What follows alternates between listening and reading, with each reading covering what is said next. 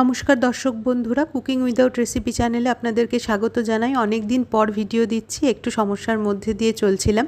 যাই হোক, সব কিছু পেরিয়ে আবার একটা নতুন রেসিপি। এবার এটা কিন্তু পুজো স্পেশাল রেসিপি। হ্যাঁ, বলতে পারেন পুজোতে কি রান্না করে বেড়াবো? না না, সবাই সবসময় রেস্টুরেন্টে যেতে পারে না, তাই ঘরে বসেই একটা লাজবাব রান্না আপনাদেরকে দেখালাম আজকে মুরগ মোসাল্লাম। আমি এখানে 1200 গ্রাম ওজনের একটা গোটা মুরগি নিয়ে নিয়েছিলাম। সেটা কেটে পরিষ্কার করে প্রায় 800 850 মতো হয়েছিল। তারপরে ভালো করে ধুয়ে পরিষ্কার করার পরে এটা কে আমি এরকম মোটা মোটা করে কাট লাগিয়ে নিয়েছিলাম আর চিড়ে নিয়েছিলাম, যাতে করে ব্যাপারটা ভালো করে সুসিদ্ধ হয়।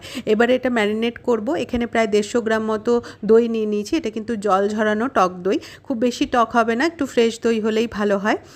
তো একটু বড় জায়গাতে আমি নিয়ে নিলাম 150 গ্রাম মতো জল ঝরানো টক দই। তার মধ্যে দিলাম আদা রসুনের পেস্ট প্রায় 2 টেবিল স্পুন মতো। তার সাথে দিলাম কাশ্মীরি লঙ্কা গুঁড়ো, আর দিলাম হচ্ছে এমনি লঙ্কা গুঁড়ো। যেহেতু অনেকটা কাঁচা লঙ্কা আছে এই আদা রসুনের সাথে, সেহেতু একটু লঙ্কা গুঁড়োটা আপনারা বুঝে দেবেন। দিলাম 1 চামচ করে ধনে আর জিরে গুঁড়ো, আর দিলাম গরম মশলা গুঁড়ো 1 চামচ। আর যেটা অ্যাড করব সেটা হলো 1 চামচ মতো বিরিয়ানি মশলা। আপনাদের ঘরে বানানো বিরিয়ানি মশলা থাকলে খুব ভালো, নাহলে শাহি বিরিয়ানি মশলাটা ইউজ করতে পারেন। দেব 2 থেকে আড়াই টেবিল স্পুন মতো তেল। সাদা তেল ইউজ করেছি আমি এখানে ম্যারিনেশনের জন্যে। আর অর্ধেকটা পাতিলেবু নিয়েছিলাম, সেটার রসটা পুরোটাই আমি এটাতে দিয়ে দেব। দিয়ে খুব ভালো করে আমি মিশিয়ে নেব। তারপরেতে দেব পরিমাণ মতো নুন। এইখানে নুনটা একদম আপনাদের আন্দাজ মতো দিতে হবে, কেন ম্যারিনেশনের নুনটাই ফাইনাল নুন, আর আমি মধ্যিখানে নুন দেব না। তাই জন্য একটু বুঝে ভালো করে নুনটা দেবেন পরিমাণ মতো। দিয়ে নুনটা দিয়ে খুব ভালো করে মশলাটা রেডি করার পরে এরপরে মুরগিটাকে আমি এটার মধ্যে দিয়ে খুব ভালো করে ম্যারিনেট করে নেবো। ম্যারিনেট করার সময় খুব ভালো করে হাত দিয়ে একটু ম্যাসাজ করে করে ম্যারিনেট করবেন, একদম ডলে ডলে, যত প্রাণ ভরে ওকে ভালো করে ম্যাসাজ করা যায় ওরকম একটা ভালো ম্যাসাজ দিয়ে ওকে ম্যারিনেট করে নেবেন। দিয়ে প্রায় রেখে দেবো 2 থেকে আড়াই ঘন্টা। ওভারনাইট রাখতে পারলে খুব ভালো হয়। মুরগ মুসাল্লামে যেটা বিশেষত্ব সেটা হচ্ছে এটাতে একটা কিমার পুর থাকে, মুরগি কিমা করে নেওয়া হয়। তো এখানে আমি প্রায় 200 গ্রাম মতো চিকেন কিমা নিয়ে নিয়েছি। আর আমি এখানে আড়াইটা মিডিয়াম সাইজের পেঁয়াজকে মিহি করে কুচোনো ওটা তেলের মধ্যে ভাজতে দিয়েছিলাম। তেলের মধ্যে একটু ঘি দিয়ে দিয়েছিলাম, তাতে ফ্লেভারটা ভালো আসবে। আপনারা সাদা তেল বা সর্ষের তেল যে কোনো কিছু ইউজ করতে পারেন। তারপরে আদা রসুনের পেস্ট এবং কিছুটা টমেটো কুচি দিয়ে ভালো করে কষিয়ে নেবো। এটা যেমন করে কিমা এমনি মাংস আমরা কষাই সেই বেসিক মশলাগুলো দিয়েই আমি কিমাটাকে কষিয়ে নেব। কিমাটার বিশেষত্ব থাকবে হচ্ছে কিমাটা একদম জল ঝরানো কিমা হতে হবে, তাইলে এটা খুব ভালো হয়। কেন জল থাকলেই মানে ব্যাপারটা ঠিক দাঁড়াবে না। তাই একদম জল ঝরানো কিমা ওটার মধ্যে দিয়ে মশলাটার মধ্যে দিয়ে আমি খুব ভালো করে কিমাটাকে কষিয়ে নেব। কিমাটা কষানোর সাথে আমি এখানে আমরা যারা মানে বাড়ির সদস্য হিসেবে 3টে ডিম আমি দিয়েছিলাম, কিন্তু আমি এখানে পুরো 2টো ডিম দেব, আর ডেকোরেশনের জন্য একটা ডিম রেখেছিলাম। এখানে খানিকটা গোলমরিচের গুঁড়ো আর গরম মশলা গুঁড়ো দিয়ে নিলাম। আর এছাড়া আপনারা ধনে জিরে গুঁড়ো এগুলোও দিতে পারেন, তবে দরকার পড়ে না। একটু গরম মশলা গুঁড়ো আর গোলমরিচের গুঁড়ো দিলে এটার ফ্লেভারটা যথেষ্ট। খুব ভালো করে এটাকে আবার কষিয়ে নেব ডিমের সাথে, দিয়ে একদম যাতে জলটা শুকিয়ে যায় ওরকম করে নামিয়ে নেব। দিয়ে এবারে ওটাকে ঠান্ডা হতে দেবো। দিয়ে মুরগিটাকে একটা প্লেটে নিয়ে আমি ওই ঠান্ডা কিমাটার এবার আমি ওটাকে পুর করে ঢুকিয়ে দেবো মুরগিটার ভেতরে। খুব আস্তে আস্তে ভালো করে একটু ঠেসে ঠেসে পুরটা ভরতে হবে, না হলে পরে পুরটা বেরিয়ে যাওয়ার চান্স থাকে। আর পুরটা যদি ঠিক করে ভরে ফেলতে পারেন তাহলে যখন মুরগিটা কুক হবে তখন কিন্তু মুরগি থেকে কিমাটা বেরিয়ে যাবে না। তো দেখুন আমি কীরকমভাবে আস্তে আস্তে মুরগির কিমাটাকে ভেতরে ডিম সহ ঢুকিয়ে দিচ্ছি।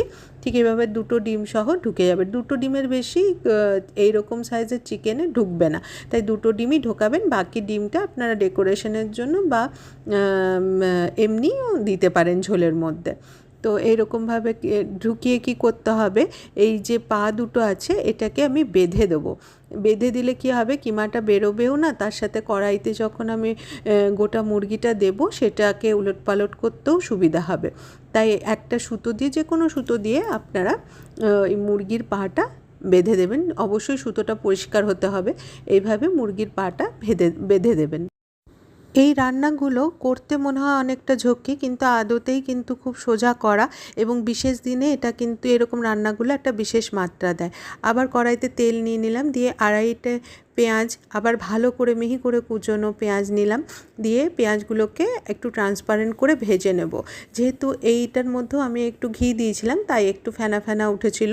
তো এরপরে আস্ত মুরগিটা আমি ওটার মধ্যে দিয়ে দেবো। একটা পিঠ ভাজা হলে তারপরে আস্তে করে উল্টিয়ে আরেকটা পিঠ ভেজে নেব। দেখুন, এভাবে আস্তে আস্তে ভাজতে হবে। এই সময় কিন্তু তাড়াহুড়ো করা চলবে না এবং ঢাকা দেওয়াও চলবে না, তাহলে মুরগিটা সুন্দর করে রং ধরবে না। মুরগিটা ভাজা হতে থাক, ততক্ষণে ম্যারিনেশনের মশলাতে আরও কিছু অ্যাড করে নিই। যেমন ধরুন, আমি কিছুটা মিঠা আতর দেবো, এই 10-12 ফোঁটা মতো মিঠা আতর দেবো, একটু ভিজিয়ে রাখা কাজু কিশমিশ দেবো, 1 মুঠো মতো দিলাম। আর 1 মুঠো ভিজিয়ে রাখা কাজু কিশমিশ আমি একটু দুধের সাহায্যে বেটে নিয়েছিলাম। এই ধরুন 2 টেবিল চামচ মতো কাজু কিশমিশ বাটা হবে। এটা কিন্তু দিলে এই গ্রেভিটার একটা রিচনেস আসবে এবং খেতেও দুর্দান্ত হবে। তার সাথে একটু কাশ্মীরি লঙ্কা গুঁড়ো আর একটু কসুরি মেথি দিয়ে দিয়েছিলাম, এটাতে রঙটা আর গন্ধটা ভালো হয়। এবারে খুব আস্তে করে এক পিঠ উল্টে নেব। এই টাইমে খুব সাবধানে উল্টাবেন, নাইলে ভেঙে যেতে পারে। তো এইভাবে করতে হবে। দেখুন, এক পিঠটা ভাজা হয়ে গেছে, এবার আরেক পিঠটা আমি ভেজে নেব। দুটো পিঠই সুন্দর করে ভাজা হয়ে যাবে 10 থেকে 15 মিনিটের মধ্যে। দিয়ে এই টাইমেই কিন্তু প্রায় মুরগিটা সেদ্ধ হয়ে এসছে, তাই আর বেশিক্ষণ লাগবে না এটা করতে। এরপরে গ্রেভিটা দিয়ে আমি খানিকক্ষণ সেদ্ধ করে নেব। এই তখনই গ্রেভিটা, এই যে মানে ম্যারিনেশনের মশলাটা আছে সেটা দিয়ে গ্রেভিটা হবে আর কি। তো ম্যারিনেশনের মশলাটা দিয়ে দিলাম, আর অল্প ধুয়ে আর একটু জল দিয়ে দেবো। ব্যাস ওইটুকুনি জল দেবো, আর জল দেবো না। তো এইভাবে ম্যারিনেশনের মশলাটা দিয়ে এবার এটা সেদ্ধ হবে। এই টাইমে আমি একটু ঢাকা দিয়ে দেবো। ভালোভাবে, দেখুন সবসময় রেস্টুরেন্টে গিয়ে দামি দামি খাবার খাওয়া সম্ভব হয় না, কিন্তু এভাবে ঘরে বানিয়ে নিলে আমার তো মনে হয় রেস্টুরেন্টের থেকে স্বাদ অনেক ভালো হয়। তো একবার অবশ্যই ট্রাই করবেন এবং ট্রাই করে জানাবেন আপনাদের কেমন লাগলো।